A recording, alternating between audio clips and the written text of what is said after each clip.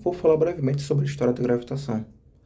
O modelo planetário que temos hoje em dia e que seguimos só foi elaborado com milhares de anos de observação e pesquisas. Desde a antiguidade, povos como os egípcios, os fenícios e os caldeus já realizavam observações sobre os astros que temos no espaço.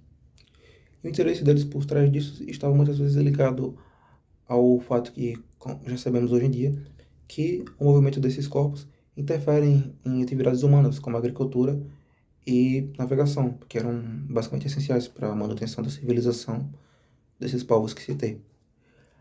Contudo, a explicação que eles davam muitas vezes estava ligado a mitos e crenças específicas deles. E apenas na Grécia Antiga, com os primeiros filósofos gregos, que foram surgindo explicações científicas. E na Antiguidade, o modelo mais aceito era o modelo de Ptolomeu, conhecido como modelo geocêntrico. Esse modelo basicamente dizia que a Terra que seria o centro do universo e todos os corpos orbitariam em volta dela, os corpos no espaço. E até então, por muito tempo, esse foi o modelo mais aceito, sem basicamente nenhuma refutação. E apenas no século XVI, quando ele coloca o Copérnico, que surgiram novas hipóteses, pois ele propôs um modelo que basicamente embasou o modelo planetário que seguimos hoje, que é o modelo heliocêntrico, que fala que na realidade é o Sol que seria o centro do universo e os planetas orbitariam em torno dele, em órbitas circulares. E o astrônomo Galileu Galilei foi um grande defensor dessa tese, dessa hipótese de Nicolau Copérnico. E ele trouxe grandes evidências que comprovariam, de certa forma, que essa seria a hipótese correta.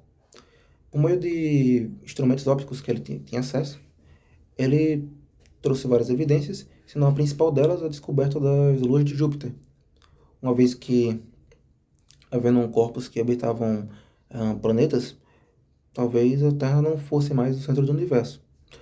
Porém, apenas o astrônomo Kepler que foi quem descreveu de forma definitiva o movimento dos planetas. Kepler era discípulo de um astrônomo conhecido como Tycho Brahe, e ele herdou vários registros e observações desse astrônomo, e através desses registros, ele elaborou três leis que explicariam o movimento dos planetas, conhecido como as três leis de Kepler. Bom, começando agora os tópicos relacionados à gravitação, eu vou começar com o primeiro tópico, que é a lei de gravitação de Newton. A lei é essa daqui, ela serve para podermos calcular a força gravitacional em relação a uma distância de dois corpos. Aqui a lei diz que o módulo dessa força gravitacional é, no caso, uma constante de gravitação, que seria essa constante aqui, já vamos falar dela, as duas massas dos dois corpos pela distância entre eles ao quadrado. Essa daqui é a forma vetorial dela. E agora eu vou falar um pouco sobre essa lei, essa constante gravitacional. No caso, ela serviria para balancear a equação e, no caso, nos dizer ou justificar o motivo de, por exemplo, nós não conseguimos sentir a atração, por exemplo, de outros objetos. Eu senti a atração desse quadro, eu senti uma atração por outro carro, duas pessoas sentiriam atração, essa força gravitacional no caso. Por quê? Porque essa constante gravitacional ela é muito baixa, ou seja, quando colocarmos ela na equação, vamos ver que a força gravitacional também vai ser muito baixa. Bom, agora avançando para um tópico muito importante para a gente, para o nosso assunto de gravitação, no caso o teorema das cascas. No caso, imagina a Terra, que é uma esfera maciça, né, com terra em todo sua circunferência, e no caso imagine que a gente ia ter que calcular a força de gravidade dela para um objeto que está em cima dela. Não concorda comigo que seria muito complicado, já que essa força ela iria vir de ângulos, de várias direções, como podemos ver aqui. Imagina aqui que são alguns só dos infinitos pontos de massa da Terra, se tivermos que calcular desse jeito. Bom, Newton, através de equações de cálculo simples, apenas de soma, ele conseguiu perceber que se concentrássemos toda a massa da Terra nesse ponto ao redor, bem no centro da circunferência, seria exatamente do que somar todos esses pontos infinitos aqui de massa, nesse ponto. Então, bastaremos apenas saber quanto seria a massa, concentrar ela aqui e pegar o raio da circunferência, como podem ver aqui. Digamos que essa maçã esteja em cima da Terra, pegamos o raio da circunferência e conseguimos descobrir a distância entre os dois objetos. Só bastaria então a massa dos dois. Inclusive, aqui está o módulo da força gravitacional da atração dessas duas. Bom, agora um ponto rápido que vemos também no Teorema das Massas é relacionado a, se tivermos, por exemplo, que calcular algo que estivesse aqui dentro, com a ideia do Teorema das Cascas, né? Pensamos assim, então a gente vai ter que calcular daqui para cá, levando em consideração cada parte da casca aqui, e não. Na verdade, o Teorema das Massas nos mostra que a força resultante que uma partícula sofre dentro de uma casca é zero. Adentrando agora outro ponto importante para podermos encontrar essas forças gravitacionais, seria no caso o princípio da superposição. No caso, se sabemos como calcular a distância entre duas partículas, mas e se tivéssemos mais partículas, se tivéssemos 4 partículas num sistema e quiséssemos encontrar a força resultante que atua em uma determinada partícula? No caso, para fazermos isso, iríamos ter que usar o mesmo princípio que Newton usou, no caso, o princípio da somatória, que nós encontraríamos, no caso, as forças de atração que cada partícula sofre em determinada, para cada partícula, no caso. Por exemplo, a força 3,1, a força de atração que a partícula 3 sofre sente de 1, e é a mesma coisa para essa. E se fôssemos infinitas partículas, o número indeterminado de partículas no sistema, resumidamente. E aqui teríamos, no caso, a equação, que seria a força resultante, seria igual à somatória, tendo I como mínimo, né, porque só podemos calcular a força de atração se tivermos minimamente 2 partículas. E aqui a força, em cada um a gente ia fazendo e resolvendo os processos de somatória.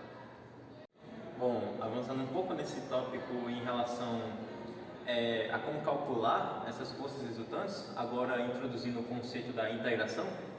No caso, vemos aqui que a força resultante seria, no caso, a integração dessas frações de força. Por exemplo, quando você vai dividir esse corpo, ou você realmente precisa integrar essas forças e tudo mais, você acaba juntando todas essas partículas de força mínimas, somando todas elas, claramente iria dar a força resultante. E aqui um adendo em relação à distância e tudo mais, estávamos calculando a força de atração quando tinha, por exemplo, a partícula estava aqui, presa já à circunferência. Temos que lembrar que não é o R, ele não significa um R de raio, de qual estamos fazendo. Naqueles casos, zero.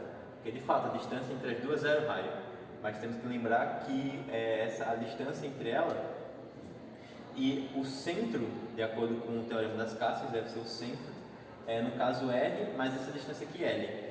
E aqui para demonstrar mais uma vez a ideia das cascas, que se fôssemos fazer dessa maneira, teríamos que pegar daqui para cá. Bom, iniciando agora em relação a essa força gravitacional comparado em distâncias da Terra, né? Agora na parte da superfície da Terra, vemos, por exemplo, utilizando cálculos em relação às equações que já possuímos, agora utilizando a ideia de força, para encontrar, por exemplo, a aceleração gravitacional. Isso aqui são alguns dados em relação à Terra, massa, o raio dela e tudo mais. Mais ou menos 9,81 metros por segundo ao quadrado, que é perto da nossa aceleração que já usamos em cálculos, essas coisas. O que isso nos diz, por exemplo?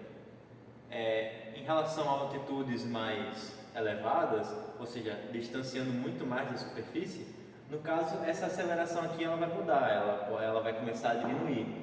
Por exemplo, o mínimo dela em relação a isso seria onde ficam os satélites de comunicação orbitando, que ficam orbitando ao redor da Terra.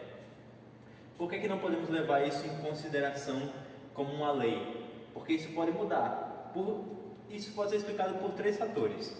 O primeiro é em relação à massa da Terra, porque ela não é distribuída uniformemente, a densidade dela não é uniforme também.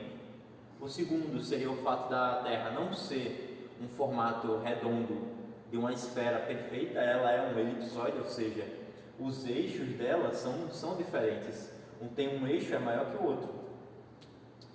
E agora o terceiro ponto é o fato dela estar girando. Isso pode influenciar muito na ideia de um lançamento de um projeto e tudo mais, já que a aceleração da Terra já por si só, já girando, ela vai interferir com certeza na aceleração de objetos que estejam na sua superfície, não necessariamente grudados no chão, mas como vimos em determinadas altitudes. Em relação ao conteúdo da gravitação em determinada parte da Terra, nós vamos falar agora em relação ao centro da Terra, ou seja, adentrando a Terra. No caso, você pode pensar, por exemplo, que vamos adentrando, o raio, no caso, ele vai diminuindo, então essa equação aqui, ela, no caso, também iria aumentar devido à diminuição do raio, só que não. Temos que lembrar que como as forças exteriores que estão dentro da casca, por exemplo, elas vão acabar se anulando e vão dar o resultado de 0. Ou seja, apenas a massa que vai importar não é essa massa que já adentramos, e sim a massa que falta adentrar. Ou seja, tanto R quanto M vão diminuir, virando R' e M'. Se fizermos os cálculos em relação a tudo isso, vamos chegar na conclusão que se adentrássemos metade da Terra, teríamos essa equação aqui. E veríamos também que a força resultante, a força gravitacional no centro da Terra, entrando pela metade, também iria ser dividida pela metade. Adentrando agora ao tópico de energia potencial gravitacional, sendo breve, temos aqui o cálculo da energia potencial gravitacional. É um pouco diferente do que nós já tínhamos visto. No caso, tem sinal de negativo, no caso o R não está mais ao quadrado. Para calcularmos a energia potencial gravitacional de um sistema de partículas, por exemplo, temos que pegar a distância entre essas partículas e basta apenas substituir a constante gravitacional e a massa das duas partículas e somar todas elas, já que a energia potencial de um sistema seria a energia potencial gravitacional, no caso, entre todas essas partículas aqui. Somando elas, nós encontraríamos a energia potencial gravitacional total do sistema. No caso, essa ideia de estar negativo, relacionando a energia potencial gravitacional ao trabalho junto com a força, vai ficar, por exemplo, desse jeito aqui. Já que o trabalho é o negativo da força, equivale ao negativo da força, aqui, por exemplo, nós podemos ver ideais de trabalho. No caso, utilizando conceitos de integração e a ideia de força vezes deslocamento que nós já temos a respeito do trabalho. Agora, chegando no próximo tópico de gravitação, as leis de Kepler. Vou começar brevemente com a primeira lei, que ela diz respeito a que todos os planetas, considerados como um planeta, todos eles se movem em órbitas elípticas, com o Sol em um dos focos dessas órbitas. Aí, por exemplo, vemos aqui, vou explicar aqui os eixos.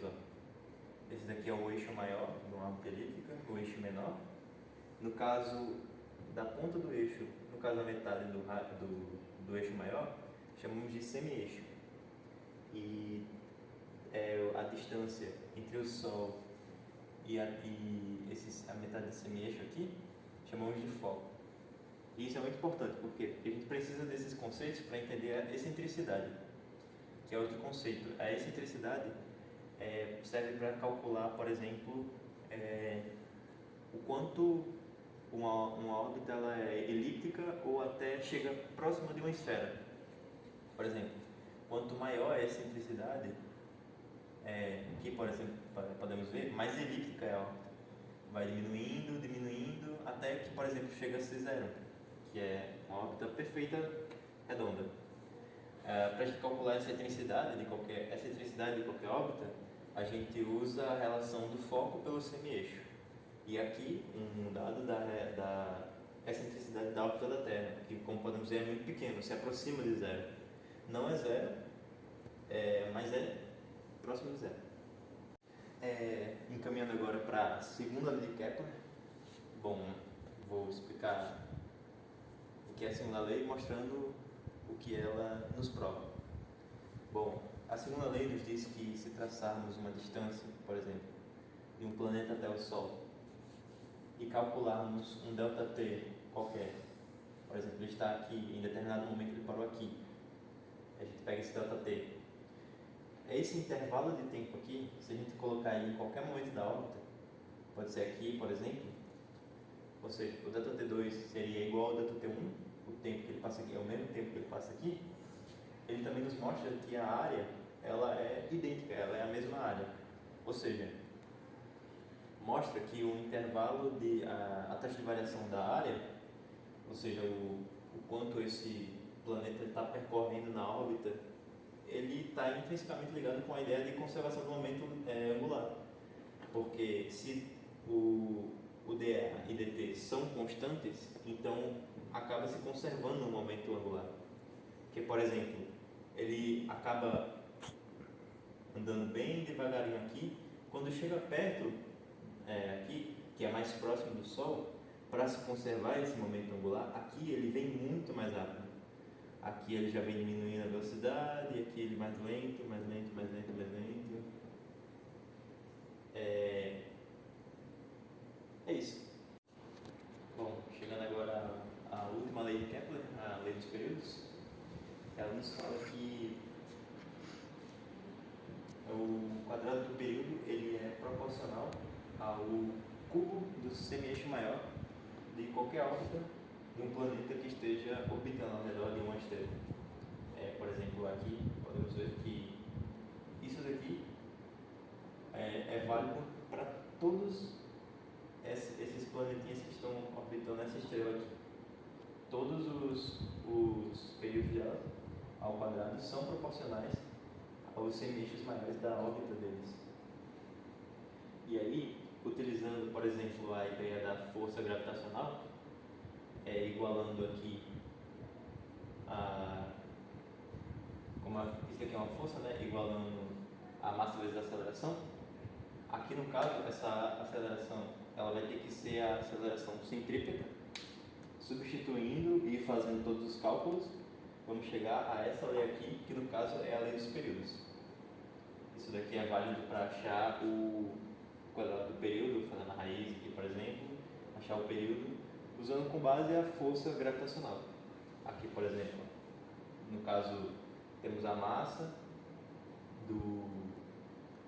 da estrela, a massa do planeta orbitando, aqui o raio entre elas. Então vamos fazer essas operações e reparem também como a massa da estrela, da massa do planeta que está orbitando ela não está inclusa aqui, ou seja, também não é necessário saber dela, ou pode se considerar até desprezível na hora de utilizar a lei dos períodos. Bom, sim, caminhando agora para o último tópico do assunto de gravitação, que seria relacionado a Einstein, a relação que ele tem com a gravitação e também a teoria da relatividade geral. Bom, primeiramente falar sobre um pensamento que Einstein teve e que vai dar o nome do nosso assunto agora, que é a teoria da equivalência. Einstein pensou que se um cara ele tivesse topo no prédio bem alto e de repente caísse, no meio da queda, o cara que estivesse lá, ele não ia conseguir sentir o peso em relação a nada. Seria o mesmo que o cara estivesse vagando no espaço. Ele não ia conseguir sentir nenhuma força, além da força gravitacional puxando ele para baixo, mas ele era como se ele estivesse no vazio, ele não ia conseguir sentir absolutamente nada no corpo dele. E aí, com isso, ele acabou pensando, poxa, se isso seria equivalente ao cara estar vagando no espaço, ele começou a pensar, por exemplo, na relação da aceleração da gravidade. Ele tem tem-se uma ideia de um homem segurando uma maçã, por exemplo, alguma coisa, uma fruta, e ele acaba soltando essa fruta. E aí a aceleração da gravidade, 9,8 metros por segundo, iria acabar fazendo a fruta cair. Só que, por exemplo, se tivesse um cara no espaço, dentro de uma espaçonave, e aí ele tivesse lá uma fruta na mão dele, e aí a espaçonave acelerasse também a 9,8 metros por segundo, seria equivalente à ideia da maçã caindo na Terra. E ele conseguiu pensar nisso e elaborou até algumas ideias relacionadas a, por exemplo, a luz, como a luz se comportaria aqui devido à gravidade, porque de lá em cima ela em tese teria que se comportar igual aqui, se tivesse alguma força, por exemplo. Mesmo exemplo, uma espaçonave subindo, a luz deveria se comportar de determinada maneira que ela se comporta aqui com uma aceleração igual. E aí com isso ele consegue também, ainda pensando na ideia da gravitação, agora ele pensa meio que num furo que existia na ideia de Newton, que Newton acreditava que se do nada o Sol ele acabasse desaparecendo, os planetas que estivessem orbitando o Sol, eles iam acabar continuando a órbita, tangenciando, né, o movimento que eles estavam fazendo ao redor do Sol, e que até aqui na Terra nós acabaríamos vendo, no instante em que o Sol desaparece, a gente acabaria não conseguindo ver ele. E com os cálculos de Einstein, ele percebeu que não existe nada mais veloz no universo do que a velocidade da luz. Ou seja, meio que não faz muito sentido. Como é que pode a força gravitacional ser mais rápida, ter um tempo de ação mais rápida do que, por exemplo, a velocidade da luz? Isso não fazia muito sentido para Einstein. E ele acabou bolando uma ideia de enxergar, por exemplo, o espaço-tempo, ou pode-se chamar também a junção de todas as quatro dimensões que nós temos, o eixo x, y e z,